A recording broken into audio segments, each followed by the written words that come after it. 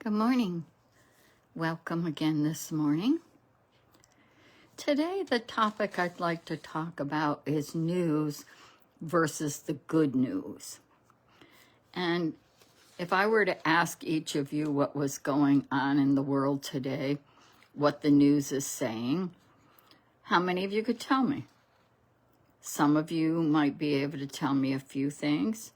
Some of you will know a lot of things that are going on in the world. Quite honestly, when we watch the news today, most of it is full of violence, murder, abductions, trafficking, hatred. Different channels will give you their opinions and their outlook on each of these situations. People siding with the extreme left or to the extreme right, leaving people to wonder, what is the truth? Planting doubt, confusion, hatred, anger, unrest, fear, anxiety, hopelessness, those things that the enemy of our soul tries to plant in our hearts and in our lives.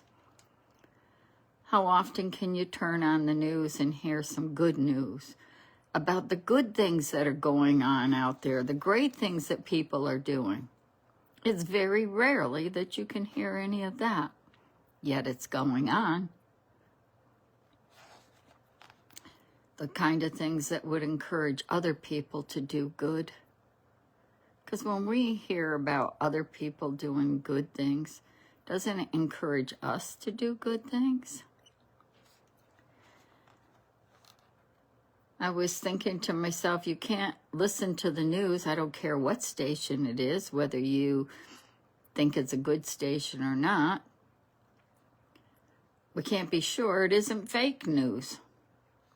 And the reason I say that is because I had listened to some news, well, not listened to it, but read it one day about a facility being opened in California that was free to the veterans, and it would help take care of them, and that somebody had already shown up, and it was quietly being done so that it wasn't boastful and that type of stuff. And then I found out shortly afterwards that never even happened, that it's something that has been talked about but didn't happen.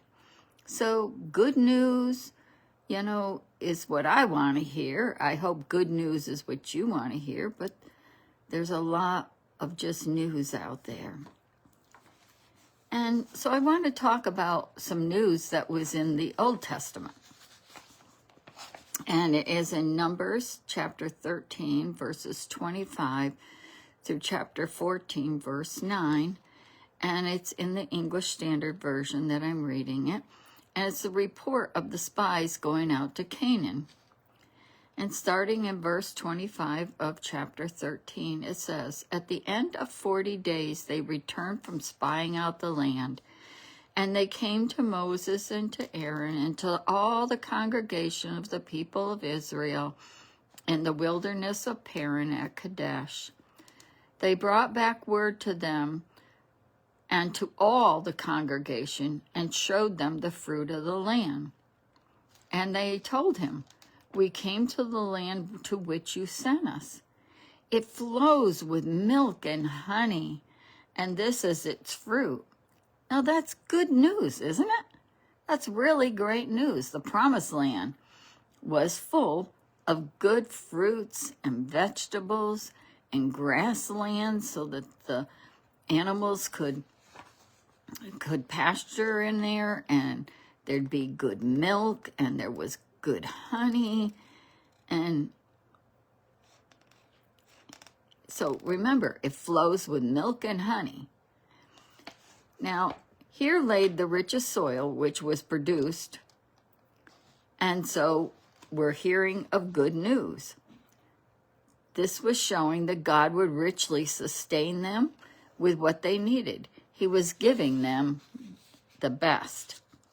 But they continue on with these remarks. in verse 28.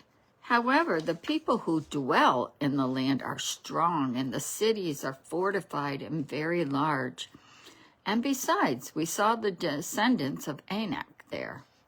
The Amalekites dwell in the land of the Negev. The Hittites, the Jebusites, and the Amorites dwell in the hill country, and the Canaanites dwell by the sea and along the Jordan. So they went from starting out with the good news to bringing out news that would discourage and make people think twice about what God had asked them to do. Now they share the good news. They share this part of the news, and it puts doubt and fear, which is, again, as a reminder, is a ploy of the enemy. In verse 30, it says, "But Caleb quieted the people with Moses before Moses and said, 'Let us go up at once and occupy it, for we are well able to overcome it.' Then the men who had gone up with him said, 'We are not able to go up against the people, for they are stronger than we are.' So there were 12 that were sent to spy out this land. Caleb and Joshua were the only ones who came back with a good report and encouragement to do what God had done. But the others looked through their own eyes and could only see that there would be put fear in the people's eyes, because they weren't looking through God's eyes. So they brought to the people of Israel a bad report of the land that they had spied out, saying, 'The land through which we have gone to spy it out is a land that devours its inhabitants, and all the people that we saw in it are of great height. And there we saw the Nephilim, the sons of Anak, who come from Nephilim, and we seemed to ourselves like grasshoppers, and so we seemed to them.'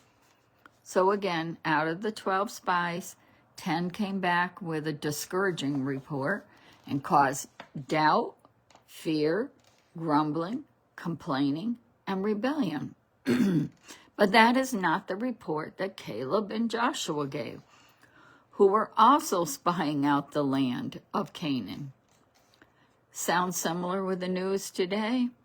What do we believe, or should I say, whom do we believe? In Numbers 14, verse 1, it says, "Then all the congregation raised a loud cry, and the people wept that night. And all the people of Israel grumbled against Moses and Aaron. The whole congregation said to them, 'Would that we had died in the land of Egypt, or would that we have died in the wilderness.'"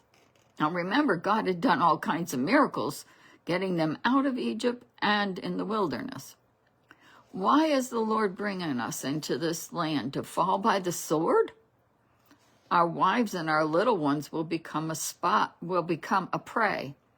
Would it not be better for us to go back to Egypt?" And they said to one another, "Let us choose a leader and go back to Egypt." How easily we forget what God's done for us in the past, the things that he's done for others, just as the Israelites forgot about what God had done for them. And we well know the story. I was thinking when I was reading that about the story of Lot's wife. They were looking back at Egypt. And yet here it says that, want to read to you from Genesis 19:26. And this is when God was bringing Lot and his family out of Sodom and Gomorrah because he was going to destroy it. He brought them out because he knew Lot's righteousness. And it says, turning back to the ugliness of Sodom was, how easily we forget what God has done in the past. And he brought them out.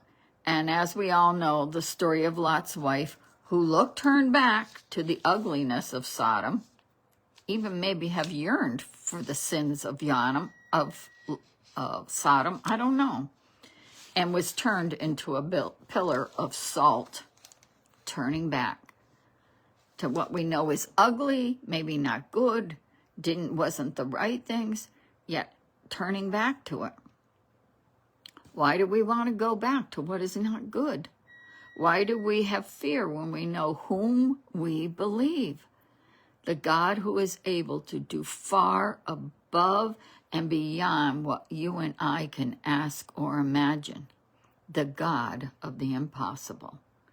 We'll continue on again next time, and we'll do part 2. God bless you and have a good day.